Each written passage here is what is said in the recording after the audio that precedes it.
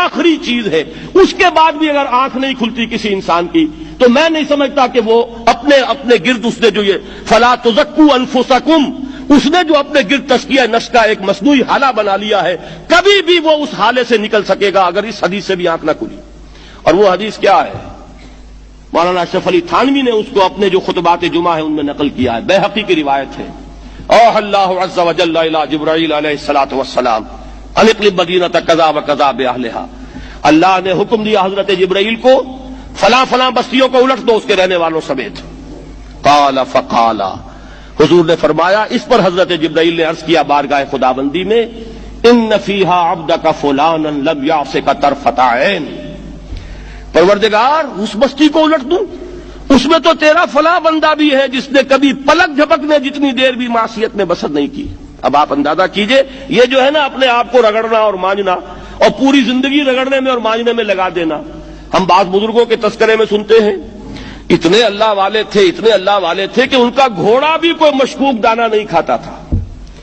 اور وہ خود جو ہے وہ انگریز کی عدالت میں بیٹھے ہوئے اور انگریز کی نوکری کر رہے تھے۔ یہ ہے وہ مائکروسکوپک اور مائکروسکوپک کا عدم توازن، طاغوت کی چاکری کر رہے ہیں،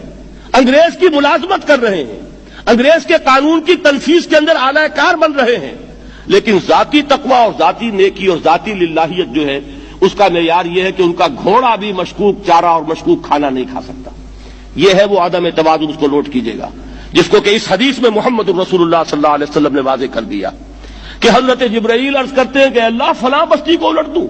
اس میں تو تیرا فلاں بندہ بھی ہے جس نے پلک جھپکنے جتنی دیر بھی معصیت میں بسر نہیں کی۔ ذاتی نیکی کا اب اس سے اونچا کوئی مقام کوئی شخص مجھے اگر بتا سکے تو میں اس کا مرید ہو جاؤں گا۔ اس سے اونچا کوئی مقام ہوگا کہ آنکھ جھپکنے جتنی دیر بھی کسی نے معصیت میں بسر نہیں کی، ذاتی نیکی کی معراج۔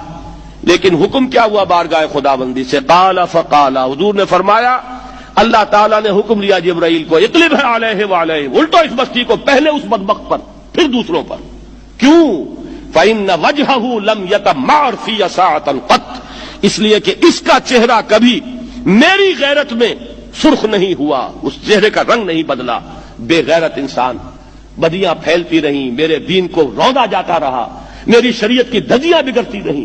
عوامر کا مذاق اڑایا جاتا رہا، نواہی کے لیے دنیا کے اندر جن چیزوں سے میں نے روکا اس کے لیے فلسفے تراشے گئے،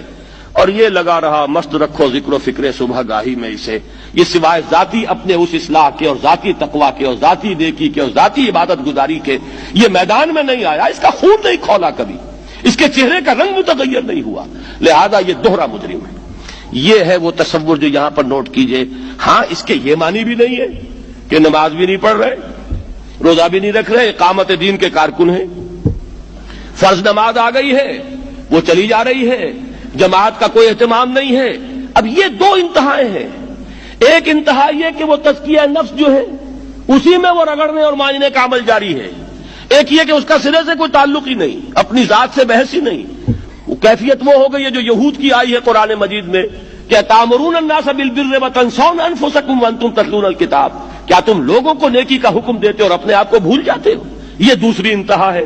پھر وہی بات عرض کروں گا، وہی بال سے زیادہ باریک اور تلوار کی دھار سے زیادہ تیز راستہ ہے جس پہ چلنا ہوگا کہ نہ یہ ہو کہ وہ مبالغہ ہو رہا ہو، اپنی ذاتی اصلاح میں تو مبالغہ کی حد تک آگے جا رہے ہیں، اور دوسرے یہ کہ اپنے دین کی تبلیغ و اشاعت، اقامت دین کی جدوجہد، اس کا کھانا ہی نہیں کھولا زندگی میں، وہ کھاتا ہی نہیں کھلا ہے۔